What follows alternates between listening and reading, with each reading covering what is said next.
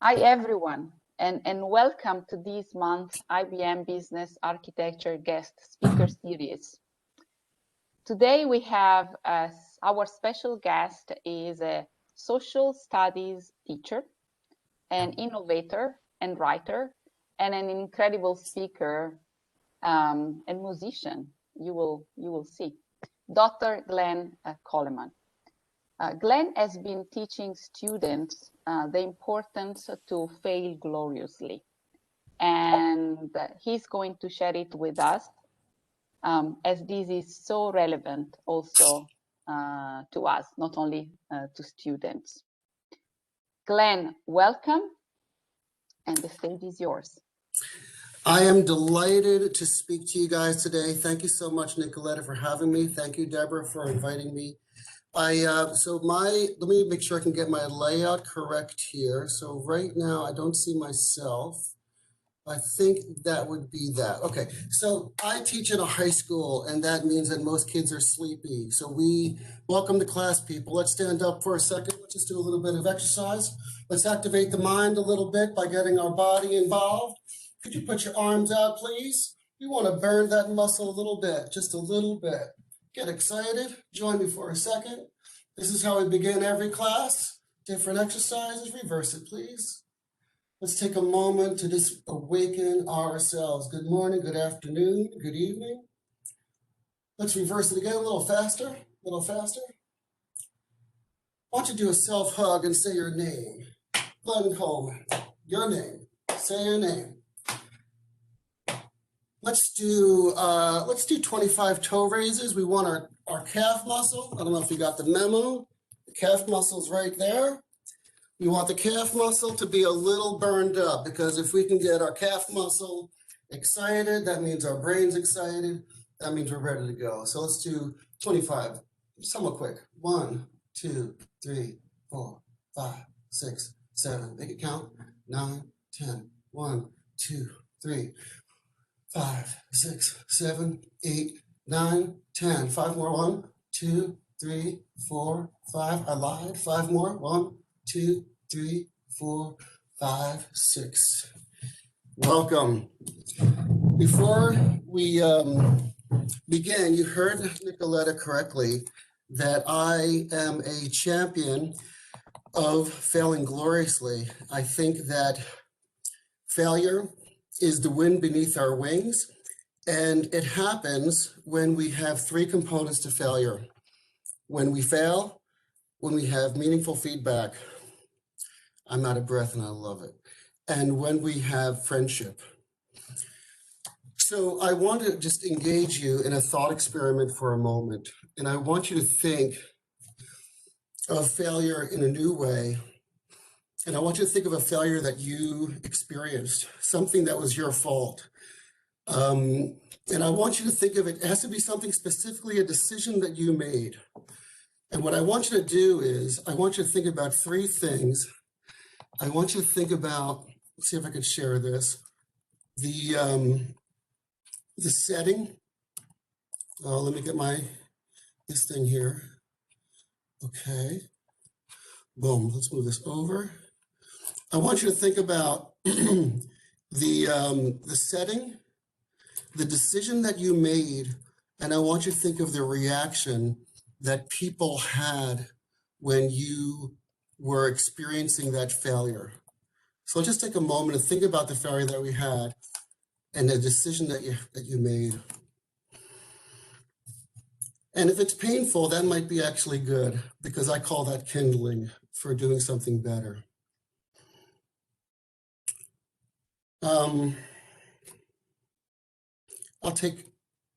Let's do 30 seconds. Think about the failure. Let's do 25 seconds. I'm going to get some tea because my mouth is dry.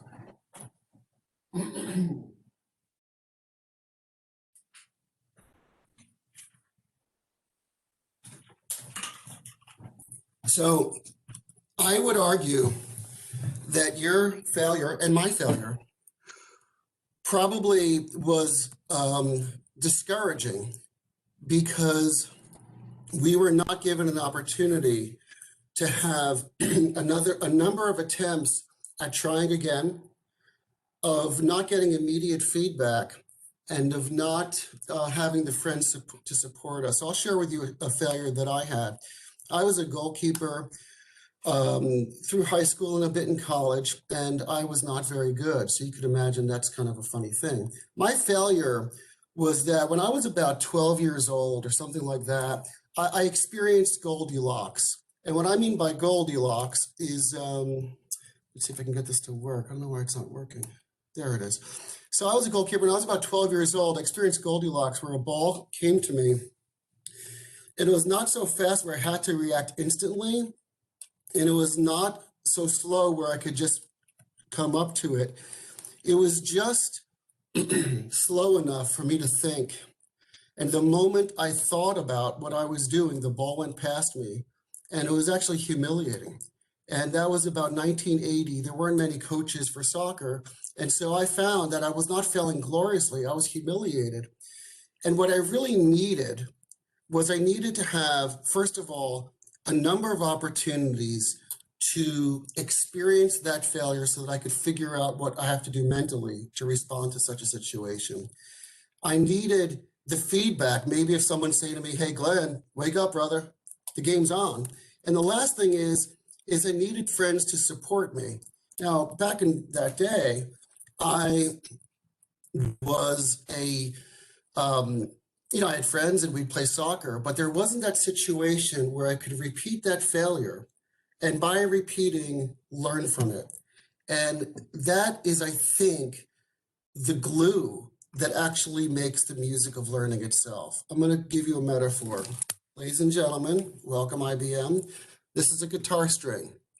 This guitar string is the stuff of music. But when it happens in isolation, there's really no sound to be made. So I'm going to make it talk, and I'm going to try to make a sound. Can you hear that at all? Anybody? A little bit, right? Who's that? I see your face. Jeff, just give me a nod. Can you hear a little bit of that? Just a little bit. The challenge with that is, I think this is if a tree falls in the woods and nobody hears, it doesn't make a sound. By my suffering silently when I was a goalkeeper served nobody's purpose. But what I suggest is that music needs a space. It needs a capaciousness where that failure can resonate with people, with feedback, and it's really demonstrated here. So, as you know, this is a guitar. What I'm going to do is I'm going to play this note, and then I'm going to let go of this note. I'm going to deaden the string. And what happens when I deaden the string is the other notes resonate. And for those who are musicians, this is the magic of music. It's that there are notes within notes that nobody ever played, and that's part of the beauty. Here it is. So here's a note. See if I can show the camera. I don't know if you could hear the other notes. Let's see if I can do it better. Do you hear the other notes at all? Can you hear that a little bit? What that does is it teaches me that in order to have music, you need to have a place where there's resonance, where notes are bouncing off of each other, where there is a space to express yourself. What is this? This is a box. What is a classroom? It is a box. This has notes, and students make notes by their failure. In making notes by their failure, we have a symphony. And the symphony is of us improving and growing. And if it's a bad note, that's okay. We make something from it because the note is not the only note. It's an ongoing series of sounds, of community trying to get better. It's not that failure. This is what I guess I needed to learn is that, excuse me, when I experienced this thing, when I was, I'm really a little bummed that this thing is not sharing as I'd like. When I had that ball pass me, I needed to experience that every day for a year so that I could master the skill that I had not learned when I was 12 years old. Does that make sense? So Nicoletta, where do we go with the conversation from here? What do you think? I would like to know, how did you get to this realization? Okay, so my story is a bit unique. I failed the first grade. And the way that you fail the first grade is you have handwriting that is so bad that people just run for the hills. The worst handwriting that you've ever seen in your life, I mean the worst. Mine is far more worse. And what happened, Nicoletta, is that it was really interesting because when I was in school, I was failing at school, but my mom, she was really an amazing individual. She founded her own school. My mom and dad would ask me what I think. Glenn, what do you think about today's lesson? What do you think about what's happening in the news? How do you know what you think? And maybe I'd have to read a book. And by her asking me, what do you think? My brain stayed alive until, and then it would take off. Then in my 9th grade, my dad brought home a computer. And for the first time in my life, I could really read what I wrote. And I realized I had a brain. So had it not been for my mom asking me what I think, and had it not been for that computer, I would probably be a mechanic.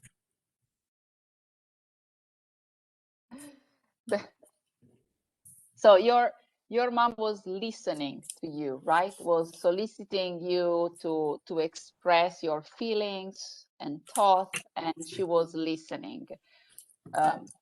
How listening is an important part of this process?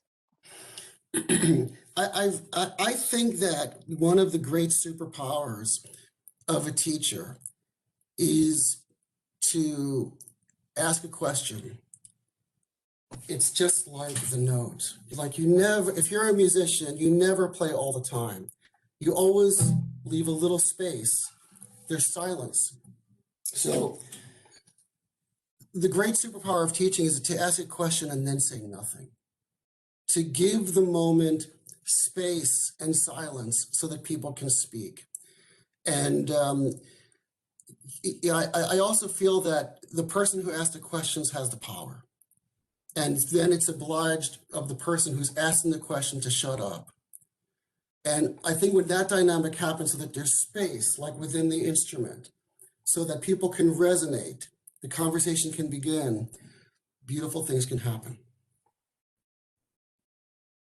Another thing you mentioned was the importance of having friends. When you fail, to have friends, the failure itself, the friends, and the feedback. Oh, it's huge. How can you translate this into a classroom? Sure, I can relate it to a classroom, but I just want to say that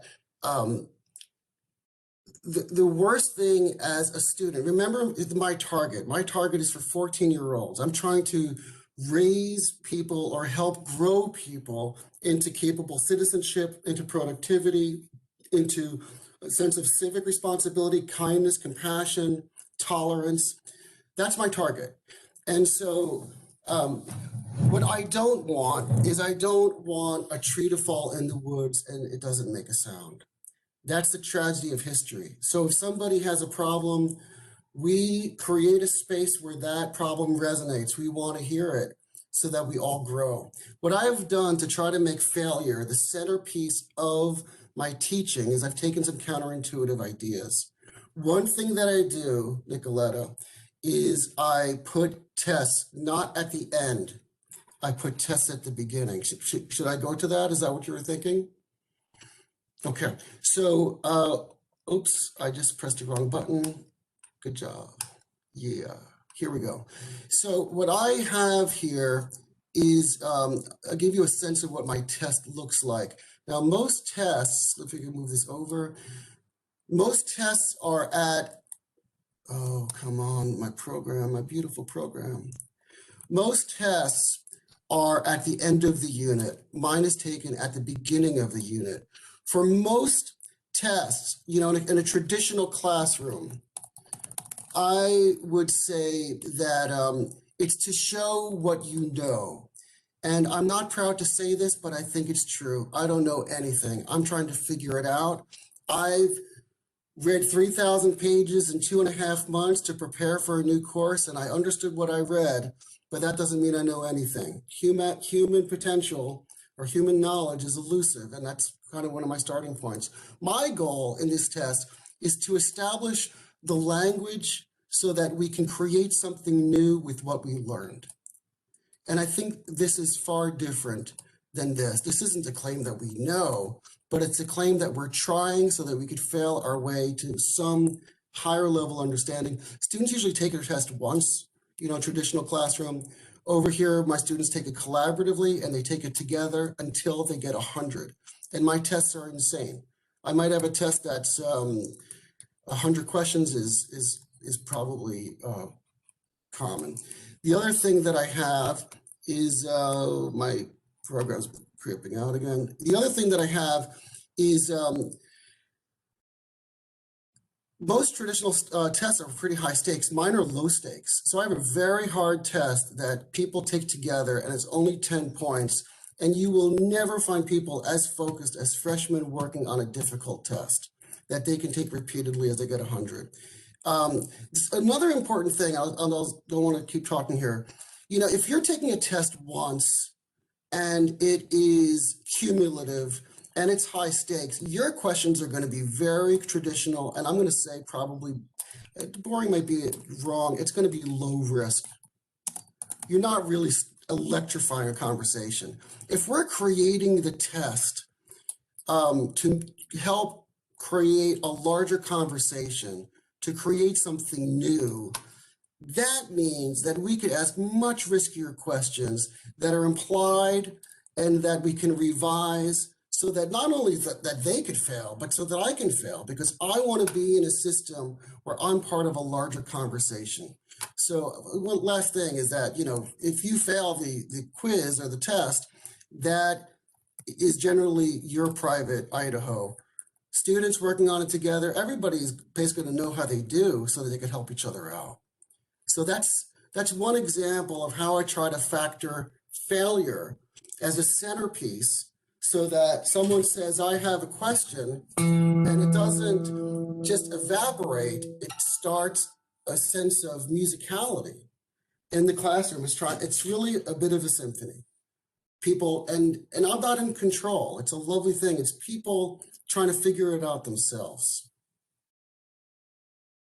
So Glenn, at the beginning, you mentioned that you are trying to create something new. And that's Right. why I introduce you as an innovator. What do you mean with something new? Can you give us an example? Sure. So people fear public speaking, and I think rightly so. So our project is to have a 2-minute speech, no notes. It's to put the fear front and center. But if we are going to be helping each other out, if we're going to be supportive, then we could actually do a couple amazing things. This is probably worthwhile. As I said before, my goal is, the test is a way to have a conversation so that we could create something new. Ultimately, that's the goal. Create something new, interesting. Maybe I'll misspell it for all of IBM to see. Relevant, dynamic, a changing condition. So we want to ultimately use that information to have a conversation. And one way that I do that, does that make sense what I'm saying, Nicoletta, so far? Okay, so I will say, okay, guys, let's have a speech where there's no notes and you're going to speak to us.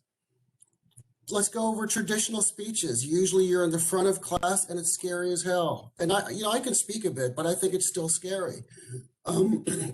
Students are in rows.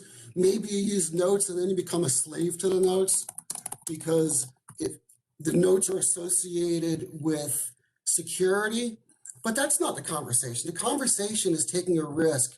I want to puncture that ideal of perfection. I want the humanity to come full center.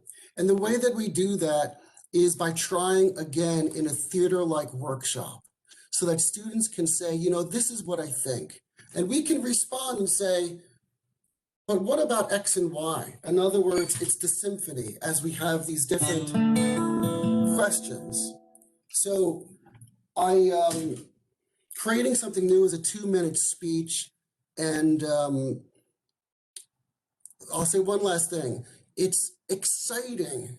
It's exciting. I've been teaching this for 23 years. It's exciting to see people who express themselves differently, with different points of view. Some people are naturally funny. Some people look funny. Some people are actually serious but very analytical. It doesn't matter how that speech is presented. What matters is that they align with these 4 standards that I have: thematic coherence, balance, content mastery, uniqueness. That's what I'm measuring on.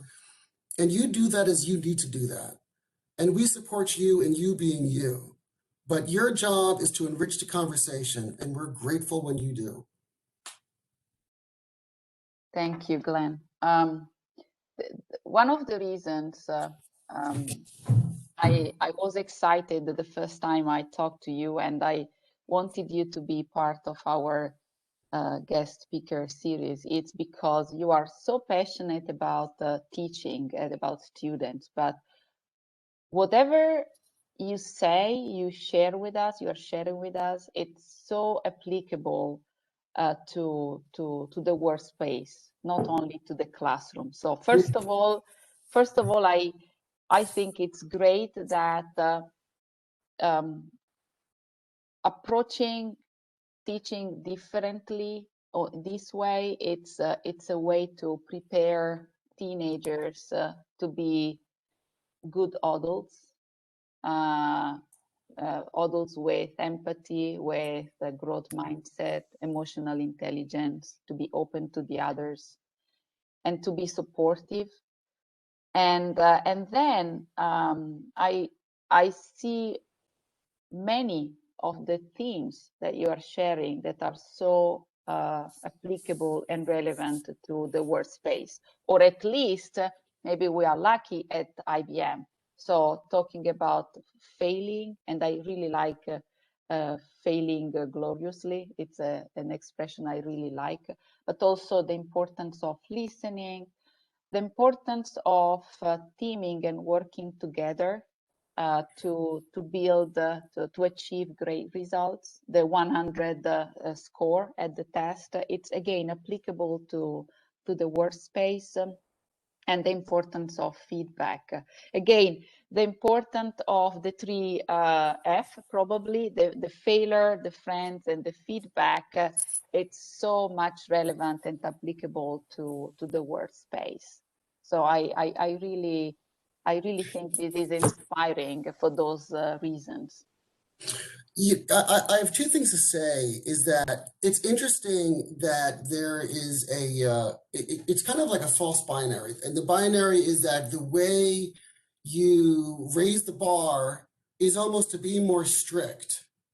And I find that, no, the way to raise the bar is to get people excited by a common goal.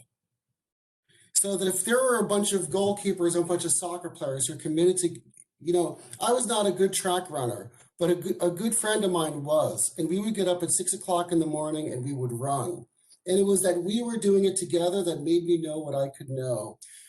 When a student says, I don't know, let me share something with you. When a student says, I don't know, and then someone comes to that person's aid, that is magic. It's magic because it's creating the opportunity for people to work together. It's like where the kid who is really capable helps the kid who's not, and vice versa. I have a class where I have a student who is, let me just stop sharing for a second. There's a student who has serious learning issues. And what does she do? This is like a test that I gave something like this year. Let me move this over. This has probably about 120, 30 questions. So what happens? This student has some auditory issues. So what does she do? She's the one who leads the conversation so that people can help her. And her voice is ultimately the rudder of the class. Because as goes this student who doesn't learn quickly, who doesn't learn well, so goes the class. And that's exciting because she's learning how to be a leader, even though she might not have the numbers, the grade. She has a rudder and she's making us better. So just questions like this, what the reading revolution, geocentrism, this is a long process to get 100 on this type of a thing. You'll see it goes on. Yuval Harari, anybody read Sapiens, beautiful book. Some quotes by Galileo, Kepler. So, and then we have some maps, we have some questions.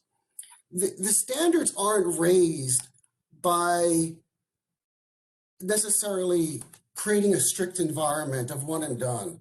The way the standards are raised is by having people care about each other and caring about the goal. That's exciting. Yeah, that's exciting. I absolutely agree. That's exciting. It's leveraging everyone's strengths, but also weaknesses, and pedal all together towards a common goal. Right. And where, I don't think questions are a sign of weakness. I really believe questions are a sign of strength. So when this student says, I don't understand, then, I'm not in the front of the classroom telling people the answer, because that test is just the runway. That's all it is. It's just the basic knowledge to help us get ahead. So when this student asks a question, everybody's knowledge increases because they are helping each other. It's cool. It's cool. Keeps me in the business for 23 years, still smiling. I'm quoting Simon Sinek saying that sometimes it's good to be the stupid person, the idiot person in the room, so the one who asks questions, because maybe also the others have the same questions but didn't dare to ask. So it's helping everyone to ask questions.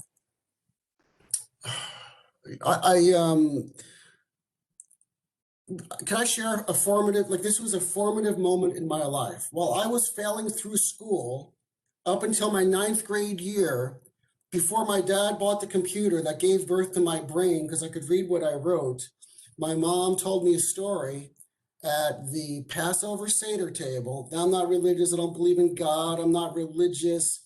I eat cheeseburgers with bacon, even though I was raised Jewish. But this story had a huge impact on me. It's a great story. The story was that, what is it, like Genesis 18:24, something like that. God says to Abraham, get out of town. This town is full of sinners, and I'm going to burn down the town. And then what does Abraham do? The little smidge of a person compared to big God. He says, wait a second. I love this. The founder of the world, 3 monotheistic religions, asked a question challenging God. At least that's the interpretation that I took away from it. He says, wait a second, what if there are 50 righteous people in that town? What if there are 20 righteous people? And what that taught me is that I could ask a question too. Even if I'm not the smartest kid in class, what I can do is say something. And my mom, listening to me, she heard my note. She heard the note. And then a bit of a symphony continues. It continues. I read, I write, I think, even though the test score said that I shouldn't. And you are doing great. Thanks. And I would like to, there are some questions, Glenn, in the chat, and maybe some others rising. So let me look at the chat. Well, the first one is not a question, is thanks, Amanda. My mom was told that I needed to repeat kindergarten, and she said no. This is a funny one. Paula, my thought, isn't that what a coach does, not a sport coach, rather than a business performance coach? I think it was about listening. Paula, right? So is this, so is. Some good questions here. You know, can I go to one? Absolutely. So what do you think about keep trying and trying? Do you see an alternative to stop trying after many attempts? So what I want to create is a kinder and gentler Navy SEAL. I want, you know, the Navy SEALs are America's most elite fighting force. They're incredibly tough people who do extraordinary physical acts of bravery and heroism. And they are allowed to fail 3 times on each evolution. And that means that failure is built into their system so that they can have a certain bar, and where upon failing the first time, they could recalibrate so that they could eventually achieve it. In other words, the Navy SEALs is not lowering their bar because people can't achieve it. The Navy SEALs keeps their bar, has people create a team so they could work together towards achieving it. And so what I mean by kinder and gentler Navy SEAL is, instead of people who jump out of planes, I would like my students to have the confidence to ask a question that elevates the conversation. Instead of learning how to go through Hell Week, I would like my students to learn how to research deeply so they could articulate their thoughts more meaningfully, so that they could be kinder and make the world more tolerant and safe. So going to the question, what do you do about keep on trying? I like the Navy SEALs approach. They have 3 attempts. And if you try and you fail, that could well be learning. It might mean that this bar is too high, but hopefully that journey made you tougher and made you enjoy the music that you created, because sometimes it's not the goal. The goal isn't 100 or nothing. The goal is students working together, and hopefully those failures enriched your life. And I really hope they did. And I hope they do for me too, because I have failures too every day. There is another one in the chat. It's about that was a comment about the public speaking. So Jeff, according to most studies, people's number 1 fear is public speaking. The number 2 is death. So does that sound right? Can I respond to that? Yeah, absolutely. Well, you know, a lot of students who have 504s where they're not supposed to speak, they eventually love the opportunity because they have an opportunity to speak their truth. And I think that's an opportunity of leadership for all of us, is that it's the power of listening, of an attentive audience, of an audience that cares and wants to see you do well. That's a serious power. And so when you have a student who's 13, 14, 15 years old, who has that opportunity to say what they think, it isn't as much a fear as it is really an opportunity to grow. And everybody fails at it because it is not easy. I mean, me going through this presentation, I must have gone through this, 150 times. It's not perfect, but we try and we grow. That's it. Thank you, Glenn. Any other questions or comments? Unmute yourself and speak. This is not a public speech, so you shouldn't be. Hi. This is Paco. I got another question that I put it in the chat. I was thinking while you were speaking that maybe there is a combination of 2 objectives in here. One is, of course, failure is a way for you to learn, right? For you to get help from other people to collaborate, right? And maybe the other objective is to prepare yourself to failure, right? Because in the environment, in this environment that we are living, failure, we are trying to change minds, but failure is not much seen as a good thing, right? But it seems as a good thing. So preparing to failure, but also preparing to learn from this experience and get help from others could be probably the reason. So I was just trying to ask you, what do you think on this? I think what you're saying is to prepare for the fact that you will fail and to equip yourself with the social emotional tools to respond to it. Is that what you're saying? Exactly, exactly. That would be the other part of the objective, right? Right. So, Francisco, I have a story for you. So, there was a girl in my class who was brilliant. She probably went to an Ivy League school, and she did her speech. This is kind of what gave rise, like this experience was really an epiphany for me. She gave a speech, and and then once she was done, and of course, everything was memorized, everything was scripted, everything was, as she defined, perfection, and it was incredibly tight and quite honestly not very interesting. And I said to her, I don't want to say the student's name, try it again. Just like do it another time. And she probably, like me, preparing for this presentation with you, Francisco, she probably stayed up for nights thinking about how is she going to respond. And she cried the minute I said, do it again. But you know, I love questions. I love that there's a response. She has this emotion. And this class got very quiet, and eventually, probably after about a minute, everybody started to laugh in a really joyous way. It was a very good class with very good students because they realized they weren't bound by one and done. They realized that they were part of a process of trying again to improve. They realized that like their own image of perfection is the beginning of it. You have to pierce through that and then say something that really engages and excites us. And of course, she delivered and she killed it. So I think, Francisco, that speaking to your point is that when she cried, and then and really the class cried too, because they're like, oh my God, we're going to have to do this again. It made all of us better because that set us free to try again. And that was a beautiful moment. Thank you. Thank you, Francisco. Nice talking to you.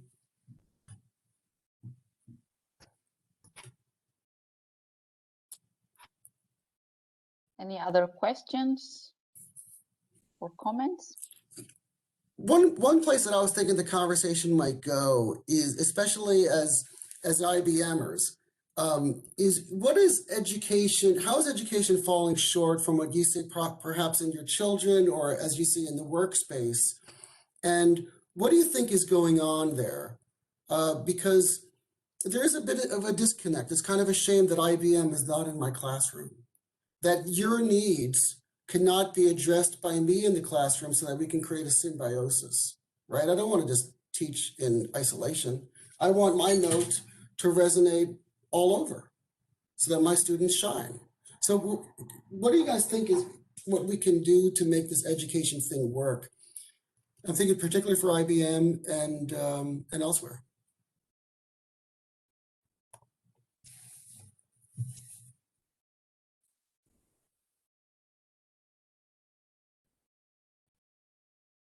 That's a difficult question, Glenn. So I don't have kids, so for me it's probably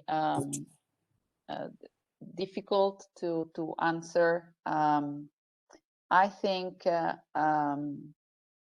I think that what you are sharing is the way to remove these one and done, to remove these the humiliating factor, Right. because we are humans and we do fail, not only when we are kids. And I think that removing the humiliation factor is improving our humanity, and sometimes is a way you support others. Some other situation is you are in the spot. So is absolutely the way, and then to experience. Because I think you said it at the very beginning, is not what you know, but it's how you apply what you know. That is, I think, the other significant change that we need to make. I would say that I liked your word of humiliation, as I don't think that's an incentive to learning. I think it's a disincentive. And I think that by getting rid of that and allowing us to really fail gloriously, we can do something that goes far beyond our expectations. And I'm excited when students do, because it brings us life. The second thing that I thought was interesting, I think that power is really revealed by people having a common purpose. And when that common purpose happens with kindness, genuine care, friendship feedback, right? Friendship feedback failure, that you lower how much it counts, but you keep that bar high. There's a really interesting dynamic. And the ability to try again is just huge. Someone had a comment? I think it was, I really like this from Amanda. In my own children, it's this type of topic, failure as a tool in the toolkit. So I really like this. I really like this. Beautiful. Okay. Okay. So we are almost at the top of our time today. And I would like to, first of all, thank you, Glenn. Thank you very much. I enjoyed talking to you before, and I enjoyed our discussion today. And if you want to know more, read more, or if you would like to get in touch with Glenn, I'm going to share these couple of addresses so that you can deep dive. And well, thank you again. Could I say one thing? Absolutely. Great. So I just wanted to say just one or two things. The first thing is thank you so much to Deborah for having me, for Nicoletta. Thank you so much for your kindness in helping me do this. I really, really appreciate it. A heartfelt thank you. The second thing is that, this is a new journey for me, because writing this book is my love letter to teachers, teachers, especially during a dark time. And the past year was pretty dark. And I don't know where this journey is going to take me, but I wrote this, and it's a well-reviewed book. The Commissioner of Education of New Jersey, former commissioner, said that it's a must-read. So that's exciting, especially from, just a high school teacher, a schmendrick, right, like myself. And the last thing I want to say is the goal here has always been, and I think always will be, to have a conversation, because I love conversation. Conversation is one of the great pleasures in life. And if you would like to reach out to me, I'd be delighted to hear from you. You could just go to info@100ornothing.org, and I would love to hear from you. So thank you so much. Thank you, Glenn. Thank you, everyone. And see you next month. Thank you, guys. Bye. Thank you, everybody.